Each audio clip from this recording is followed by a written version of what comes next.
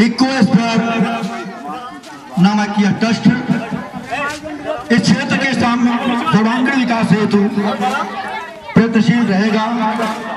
इस संस्था के अंतर्गत शिक्षा, ऊर्जा संरक्षण, पर्यावरण एवं विकास, ये संस्था के 4 लक्ष्य हैं। ये संस्था चाहती है कि इस क्षेत्र में शिक्षा का विकास हो।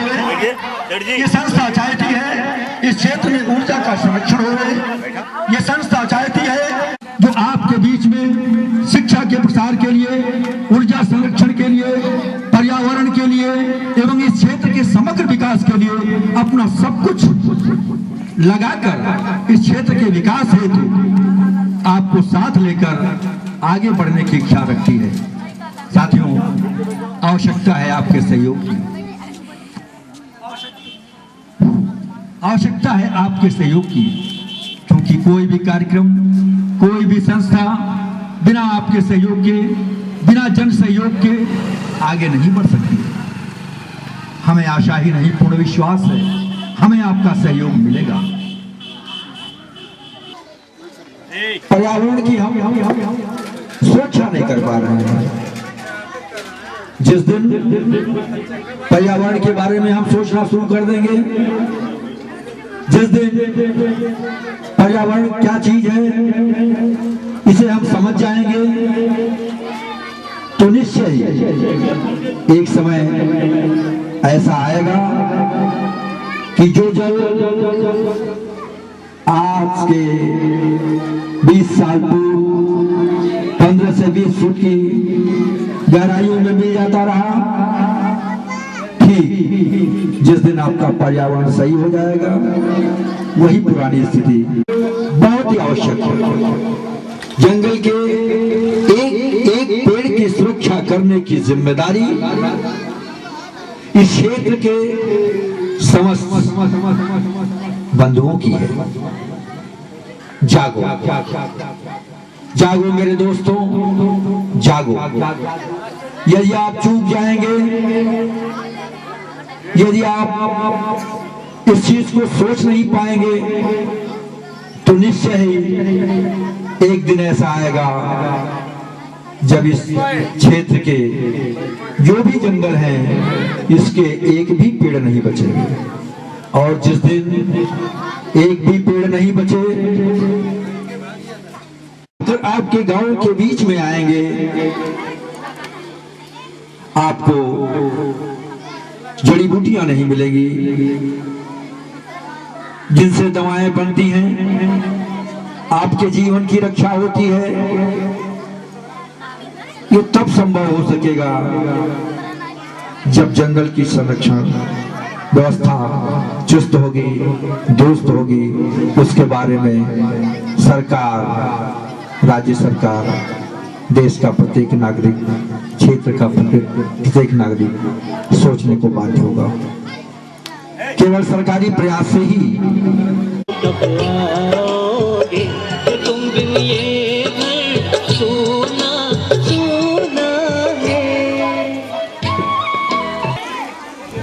इकोस्फीयर संस्था कुछ उद्देश्य लेकर स्थापित की गई है। इसका उद्देश्य है बच्चों को आज के दूरसंचार प्रौद्योगिकी के हिसाब से इस तरह से शिक्षित करना कि वो राष्ट्रीय और अंतर्राष्ट्रीय स्तर पर इस क्षेत्र का नाम रोशन कर सके, मुख्य उद्देश्य है। दूसरा उद्देश्य है, आज कभी आज से 20 साल पहले हमारा गांव एकदम हरा भरा, चारों तरफ बागों से घिरा रहता था, सामने जो तालाब है पानी से भरा रहता था, और आज कहीं वृक्ष दिखाई नहीं पड़ रहे हैं, तालाब में पानी नहीं है, जानवरों को पीने के लिए पानी नहीं मिल रहा है, और जिससे प्राकृतिक संतुलन बिगड़ रहा है।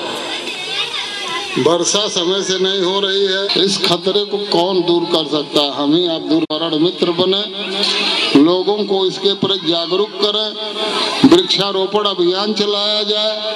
जितने ही सघन वृक्ष होंगे उतने ही जो कार्बन डाइऑक्साइड का उत्सर्जन होता है उनको अवशोषित करके, उनको सोख करके और उसको ऑक्सीजन में बदल कि हमारे बीच में माननीय त्रिपाठी जी मौजूद हैं। इस क्षेत्र का सौभाग्य है कि ऐसे मनीषी व्यक्ति हम लोग के बीच में। साथियों, जैसे कि परंपरा रही है, किसी भी कार्यक्रम के उद्घाटन के लिए एक अध्यक्ष की जरूरत पड़ती है। हम चाहते हैं कि आज के इस कार्यक्रम की अध्यक्षता के लिए श्री सुधीर मिश्र जी आवें और आज के इस कार्यक्रम की अध्यक्षता को संपादित करें। श्री सुधीर मिश्र जी।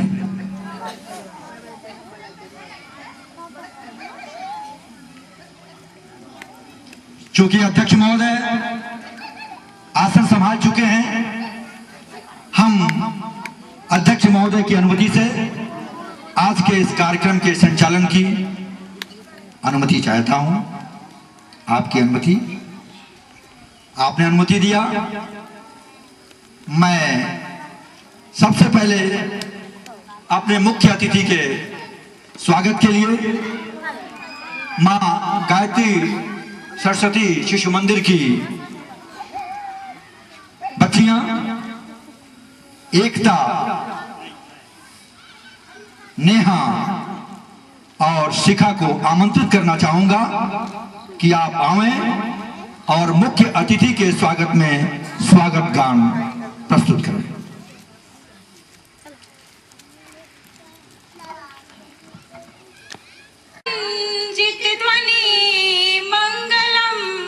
स्वागतम स्वागतम स्वागतम स्वागतम स्वागतम स्वागतम स्वागतम स्वागतम। आप आए हमें एक निधि मिल गई, आपके दिव्य दर्शन से कली खिल गई। आपके शुभ चरण है पधारे प्रथम। स्वागतम स्वागतम स्वागतम स्वागतम स्वागतम स्वागतम। स्वातियों के सर ताज है, धन्य है भूमि ये, धन्य है आज हम। स्वागतम स्वागतम स्वागतम स्वागतम।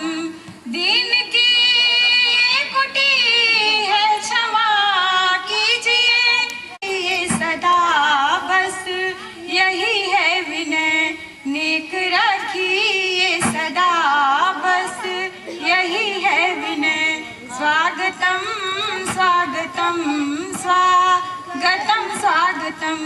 मन की वीणा से गुंजित ध्वनि मंगलम, मन की वीणा से गुंजित ध्वनि। प्यारी बच्चियां आपके बीच में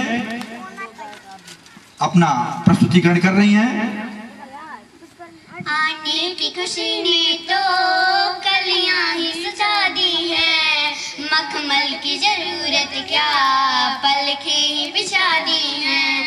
आने की खुशी में तो कलियां ही सजा दी है, मखमल की जरूरत क्या पलकें ही बिछा दी है। ज्ञान के मंदिर ने एक ज्योति जला दी है, इस ज्ञान के मंदिर में एक ज्योति जला दी है। मखमल की जरूरत क्या पलकें ही बिछा दी है, मखमल की जरूरत क्या पलकें ही बिछा दी है। इस ज्ञान के मंदिर में, इस ज्ञान के मंदिर में एक ज्योति जला दी है, मखमल की जरूरत क्या पलकें बिछा दी है।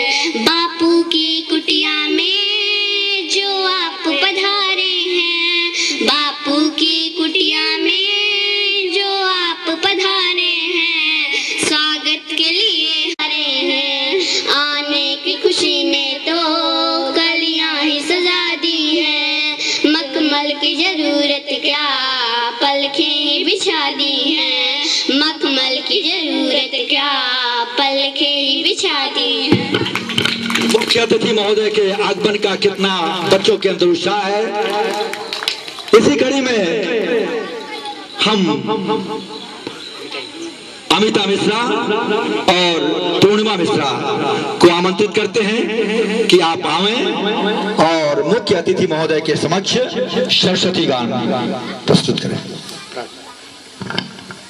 सजल नैना मधुर वैना श्वेत वसना शारदे माँ, सजल नैना मधुर वैना श्वेत वसना शारदे माँ, सुरीली हो वायु नभ की रसीली नदियाँ हो जग की, सुरीली हो वायु नभ की रसीली नदियाँ हो जग की, सात स्वर का गम सागर अब हमें तू तार दे माँ, सजल नैना मधुर वैना श्वेत वसना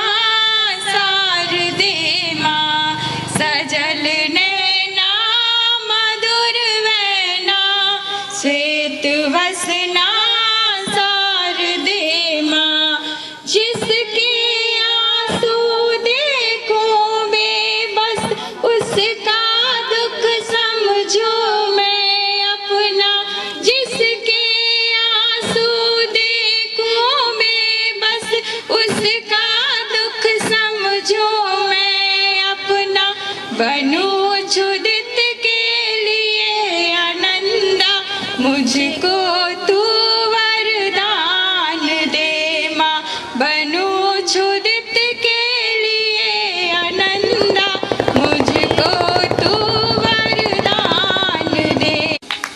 माँ सरस्वती की वंदना समाप्त हुई। अब मैं चाहूंगा कि एकता और नेहा मिश्रा पुष्प गुच्छ अर्पित करके मुख्य अतिथि महोदय का स्वागत करें।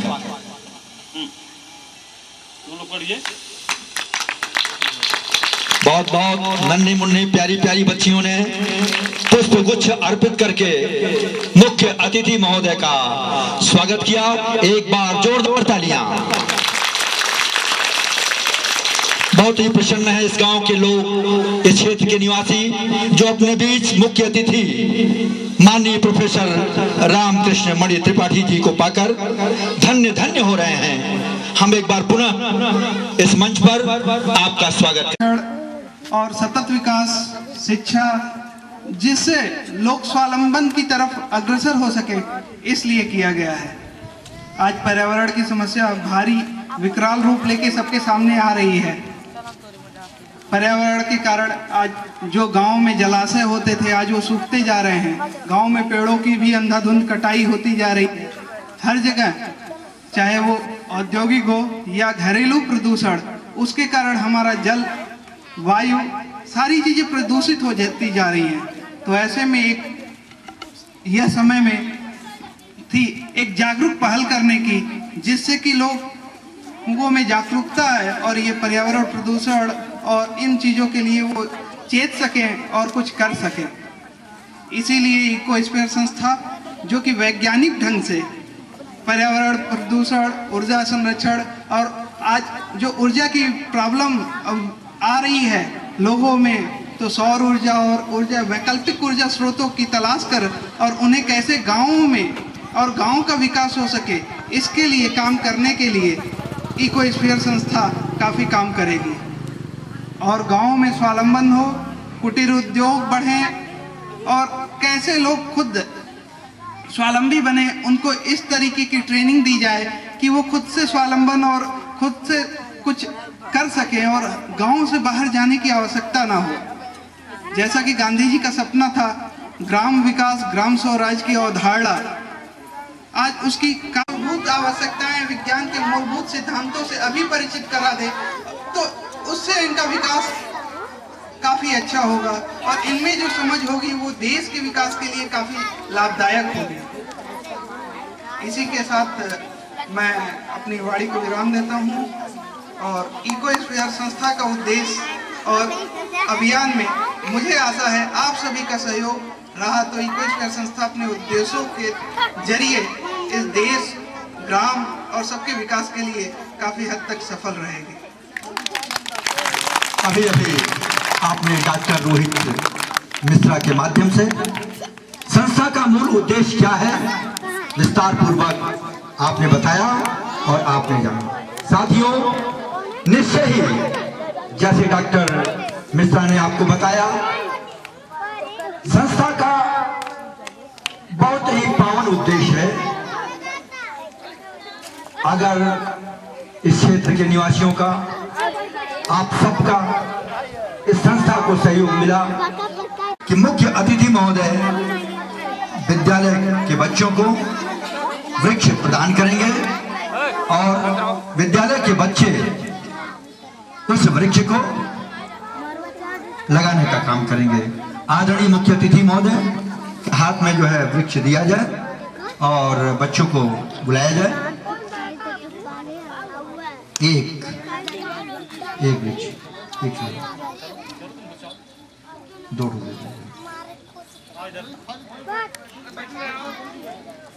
बच्चों को वृक्ष दिया। जोरदार तालियां, एक बार और जोरदार तालियां। बड़ी खुशी की बात है, बड़ी प्रसन्नता की बात है। यहाँ के बच्चों को वृक्ष दिया है और ये बच्चे बड़ी तन्मयता के साथ, बड़े ही प्रेम के साथ इस वृक्ष को वृक्षारोपण में परिवर्तित करने के लिए अग्रसरित हैं। मैं चाहूंगा कि बच्चे आकर के स्वयं वृक्ष को ले लें और मुख्य अतिथि महोदय से निवेदन करूंगा आसन ग्रहण करें। बड़ी खुशी की बात है कि मुख्य अतिथि महोदय ने अपने कर कमलों से इस विद्यालय के साथ विद्यालय के बच्चों ने वृक्ष को ग्रहण किया और बड़े कितनी चाहत है इन नन्हे मुन्ने बच्चों के पास वृक्षारोपण करने की। बड़ी ही प्रसन्नता हो रही है। शाबाश, बहुत अच्छे बच्चों, आप लोग अपने अपने हाथों से वृक्षारोपण करें। ये एक दिन ये पौधे बड़े होंगे। जैसे त्रिपाठी जी का आभार व्यक्त करना चाहता हूँ कि वो इस अवस्था में आए और मैं बहुत ही अपने आप को कृतार्थ महसूस करता हूँ कि उनके कर कमलों द्वारा ऐसे शुभ कार्यों का हम लोग शुभारंभ करने जा रहे हैं और उनके मार्गदर्शन में हम लोग सतत आगे बढ़ते जाएंगे। ये उनका आशीर्वाद है। इकोस्फीयर का शाब्दिक अर्थ है वह स्थान जहाँ पे जीवन हो। जीवन हम बिना पर्यावरण के संतुलन के नहीं संभव है। पर्यावरण तभी संतुलित रहेगा जब हमारे पास हरे भरे वृक्ष हो, बड़े से चारागाह हो, नदी तालाब सारे कुछ रहे और उससे बाद हम आने वाले विकास के क्रम में आने के लिए नई तकनीकी शिक्षाओं का ग्रहण करते रहें। इकोस्फीयर की संस्था की मदद से हम बच्चों को तकनीकी ज्ञान, पर्यावरण के प्रति जागरूकता, ऊर्जा संरक्षण, आने वाले भविष्य के लिए ऊर्जा एक महत्वपूर्ण संकट के रूप में उभर के जो सामने आ रहा है, तो हम अपनी ऊर्जा को और वैकल्पिक ऊर्जा के साधनों को किस प्रकार से अपने गांव में, अपने घरों में बना करके उसका उपयोग कर सकते हैं। ऊर्जा संरक्षण का कार्य इस संस्था के माध्यम से होगा। यहाँ केवल ऊर्जा संरक्षण का कार्य ही नहीं होगा वरन बच्चों को उनको बनाने के बच्चों का एक स्कूल है जिसमें हम पर्यावरण से संबंधित कुछ कार्यक्रम रखे हुए हैं, तो मुझे बड़ी प्रसन्नता है। सबसे पहले तो मैं रोहित जी को साधुवाद दूंगा, उनकी प्रशंसा करूंगा कि उन्होंने गांवों की ओर ध्यान दिया। गांव बड़े उपेक्षित हैं पढ़ लिख कर के लोग शहरों में पलायन कर रहे हैं, गांव शून्य होते जा रहे हैं, वो वंचित है। लेकिन मिश्रा जी ने पढ़ाई लिखाई करके उन्होंने गांव को छोड़ा नहीं और अपने ज्ञान का लाभ उठा दिया। रोहित जी ने यह त्याग किया है, मैं उनकी प्रशंसा करूंगा, उनको साधुवाद दूंगा। बच्चों के स्कूल में आने से और बच्चों के बीच पर्यावरण की चर्चा बहुत जरूरी है, क्योंकि पर्यावरण एक ऐसी चीज है कि बड़े बड़े लोग इसका ध्यान नहीं देते। शहर में रहते हैं, घर का कूड़ा है, दाएं बाएं देखा कोई नहीं है, सड़क पर डाल दिया। अब हमसे क्या मतलब, हमारे घर में कूड़ा नहीं, ऐसे काम नहीं चलेगा। कभी खुद गरज नहीं बनना। बच्चों से मैं कहूँगा कि तुमको दूसरों का ध्यान देना है, क्योंकि पर्यावरण तभी बचेगा जब सब लोग इसको बचाएंगे। अगर एक आदमी सफाई करेगा, दूसरा गंदगी करेगा, तब नहीं। इसलिए मिलजुल कर आप पर्यावरण की रक्षा की जिम्मेदारी लें। ये बच्चे जो आज पेड़ लगाएंगे, पेड़ भी बड़े होंगे और बच्चे भी बड़े होंगे। जब ये बड़े बच्चे होंगे तो ये अपना पेड़ देखने आएंगे कि स्कूल में हम पढ़ते थे और हमने ये पेड़ लगाया। पेड़ों के साथ जुड़ना, वृक्ष के साथ जुड़ना, गांव के तालाब के साथ जुड़ना, नदियों के साथ जुड़ना, ये प्रकृति के साथ जुड़ना। प्रकृति आपकी मित्र, ये सब कुछ प्रकृति आपको दे रही। अगर आप उसको खराब करेंगे, गंदा करेंगे, चौपट करेंगे, तो उसका नुकसान आपको भरना पड़ेगा। अक्सर ये कहा जाता है कि पत्थर के कोयले की अंगीठी जलाकर घर के भीतर कमरा बंद करके नहीं रहना चाहिए। ऐसा इसलिए कि उस कोयले से जो तुम्हारे ऑक्सीजन की कमी होगी, जिससे तुम सांस लेते हो, वो यहाँ तक कम हो सकता है कि जो आदमी उसमें सोया है वो मर जाए। ये खतरा होता है। पर्यावरण में अगर ऑक्सीजन, सांस लेने की तकलीफ हो तो आदमी जी नहीं पाएगा। बच्चे अच्छी तरह समझते हैं कि कैसे सांस की तकलीफ होती है। कुछ बीमारियां हैं जो बचपन में सांस के साथ आती हैं और तब उनको मालूम होता है कि सांस लेने में हमको तकलीफ हो रही है। इसलिए हमेशा अपने वातावरण को स्वच्छ रखें। गंदगी कई तरह की होती है। आपके गांव का जो की नालियां, मिल बैठकर इस पर सोचिए। गांव को, जीवन को में राजनीति का प्रवेश मत होने दें। राजनीति माने मेरा तेरा, इसका प्रवेश मत न होने दें। ये जो मेरा तेरा है, इसमें मार फौजदारी हो रही है, इनसे बचिए। ये पंचायत आपको दी गई है अपना इंतजाम करने के लिए, न कि दूसरे के सर का इंतजाम करने के लिए कि उसको आप तोड़े और वो आपके सर को तोड़े। इसके लिए नहीं दी गई है। इसलिए गांव कैसा है ये गांव वालों का, और गांव के भीतर एक जमाने में पुराने हिंदुस्तान में तो लिस्ट बनाई जाती थी गांव में कि कितने घर ऐसे हैं जिनके बड़े बूढ़ों को देखने वाला कोई नहीं है, और उनका जिम्मा, पहला जिम्मा गांव का था और दूसरा जिम्मा राज्य का था। इसलिए गांव में अगर कोई बीमार है तो आप समझिए कि आप हमें नहीं मारते। यह एकता का भाव गांव में होना चाहिए। इसके बिना गांव स्वर्ग नहीं होगा।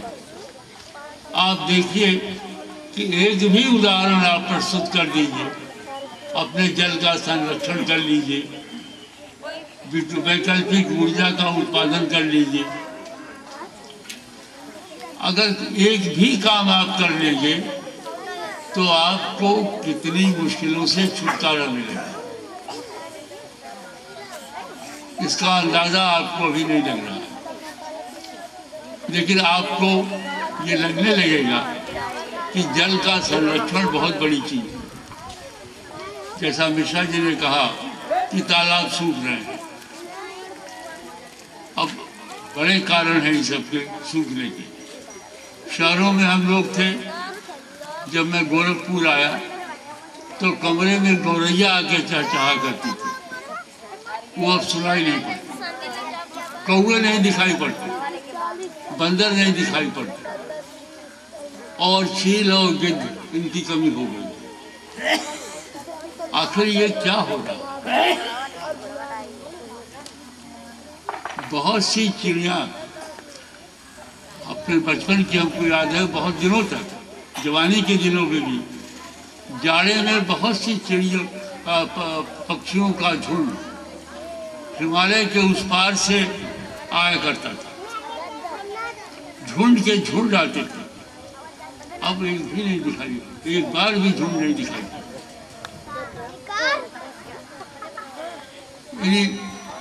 टिड्डियों का एक दल आता था एक जमाने में, पूरा आकाश से उड़ता हुआ जाता था, अब वो नहीं दिखाई पड़ता। हम लोग सोचते हैं कि हम लोगों ने क्या कर दिया ऐसा, तो हम ही लोगों ने इसको खराब किया, पर्यावरण को।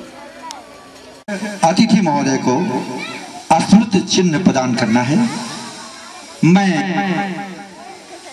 इकोस्फीयर संस्था के 23 दर्रार उन समस्त सदस्य जैसे श्री रवीश राय, श्री कमलेश कुमार जी, श्री प्रमोद मिश्र जी, श्री सैयद अख्तर अली जी, श्री रोशन जी, आग्रह करूंगा कि आप आएं और मुख्य अतिथि महोदय को सामने से जो है स्मृति चिन्ह प्रदान करें। स्मृति चिन्ह एक ऐसी यादगार चिन्ह होती है जो लोगों के जहन में इस बात का अवलोकन कराती है कि हम वहां पर गए थे, हमें स्वागत हुआ। जोरदार ढंग से स्वागत। बच्चों, बड़ी प्रसन्नता हो रही है। मुख्य अतिथि महोदय ने स्मृति चिन्ह को ग्रहण कर लिया है 5 मिनट और अब मैं कृपया शांति बनाए रखें।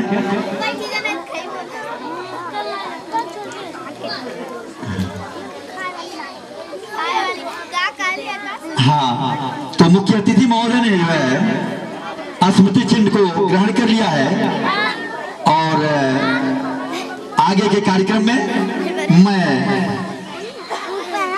ये प्रोग्राम धीरे धीरे समापन की तरफ अग्रसरित हो रहा है। आप धैर्य बनाए रखें और मैं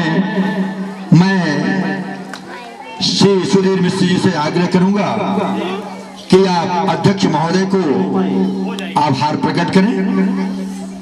तत्पश्चात राष्ट्रगान होगा, फिर अध्यक्ष महोदय के अनुमति से आज के कार्यक्रम के समाप्ति की घोषणा की जाएगी।